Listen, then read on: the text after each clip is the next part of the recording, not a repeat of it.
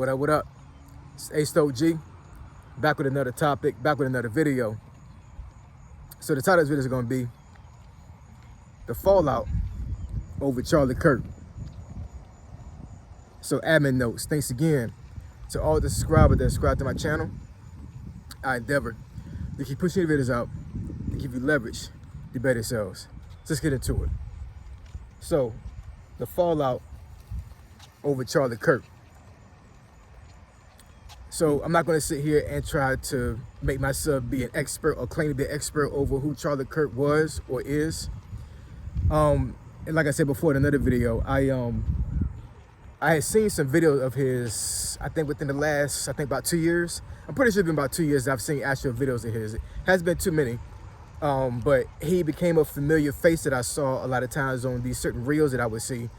Because I am into politics, and of course, you know, the way the algorithm is on any social media platform, if you watch a certain type of video all the time, the algorithm is going to start pushing that type of content to your reels, your shorts, or whatever the case may be.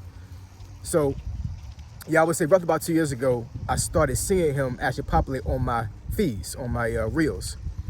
And for a good little while, I didn't even know what his name was. I just knew it was this white guy that was debating these folks, and it would be some pretty intense debates he would have with younger folks. I didn't even know they were college students at the time because I didn't really recognize the setting that they were in.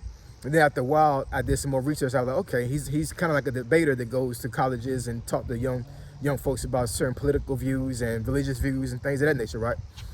But to be quite honest, until this unfortunate incident that happened to him with his demise, I really didn't think too much of him to a certain degree, right?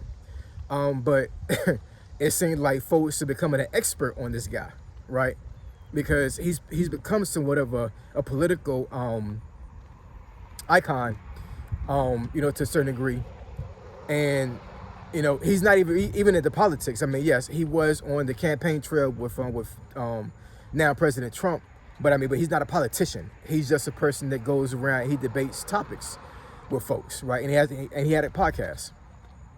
But he has become a significant political figure now, or I guess, well, not really a figure, but I guess, how should I say, like a viewpoint now?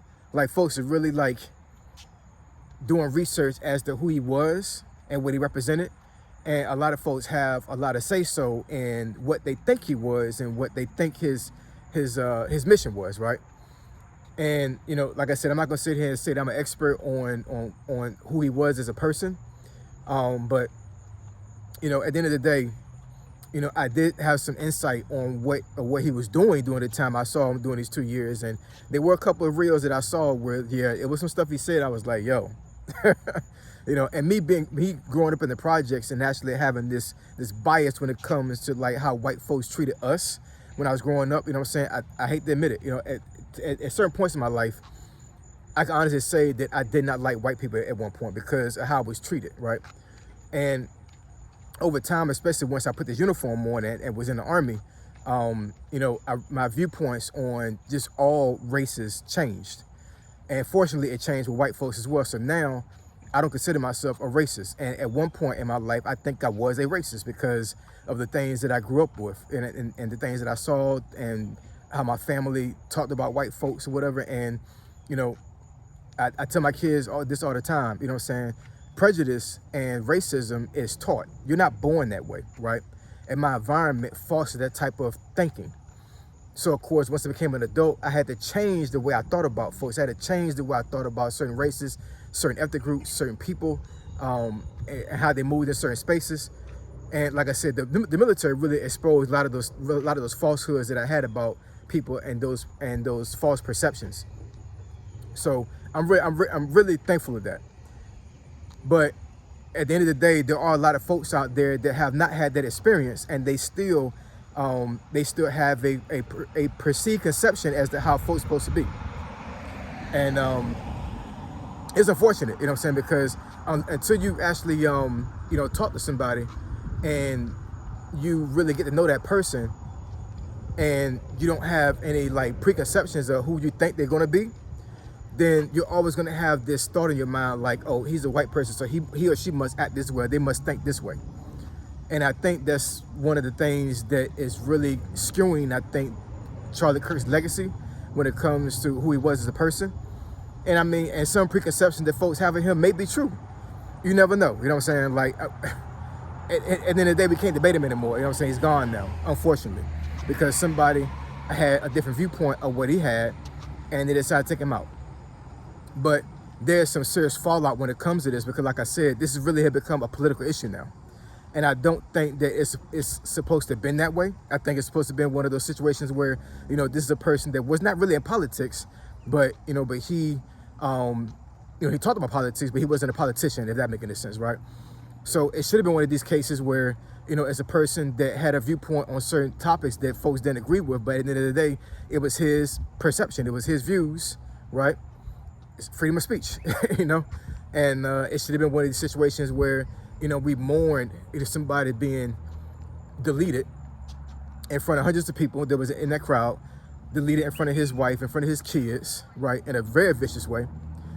And, you know, I don't know, man. It's really crazy and almost unreal to even think that somebody went out like that. Now, me being at war twice in my career, I've seen folks be deleted before in more gruesome ways than he was. You know what I'm saying? That's why I got PTSD now.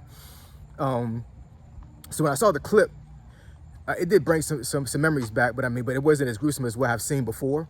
But I'm telling you, man, like, if you don't like gruesome stuff, don't watch that clip. And I'm not talking about the one that they put up there on CNN and some of these other newscastings.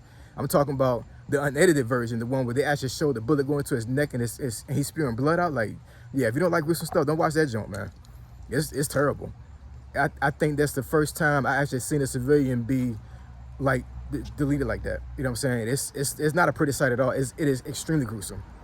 It's some horror film stuff. I ain't even gonna lie. You know what I'm saying? It's crazy.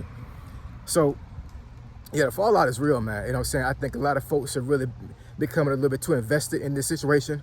I think that, you know, God bless the dead. I think folks need to leave the situation alone and just, you know, if they have viewpoints about certain things, and that's fine.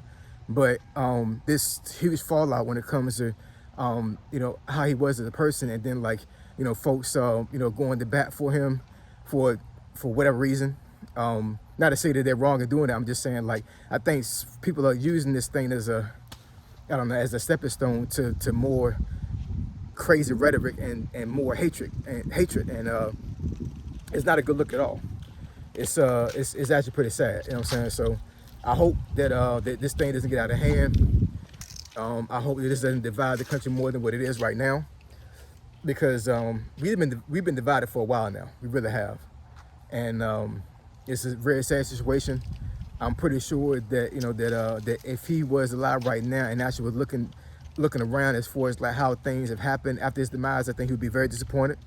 I think this would be something that he definitely would not have wanted to have happen.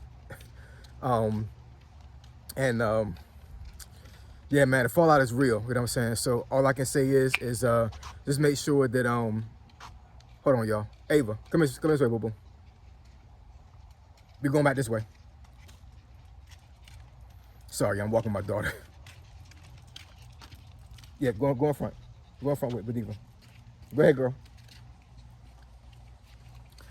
Yeah, yeah, it's the fallout is real, man. it just is. The fallout is real, and I'm seeing it all over social media. Everybody got their own opinion about this situation, and I'm not saying that folks shouldn't have an opinion. I'm not saying that folks shouldn't even talk about it. I think the conversation piece is definitely needed, so folks can get more clarity on what's going on and how things went down. But I really believe that if people are not careful with this situation, I think it can get out of hand real quick.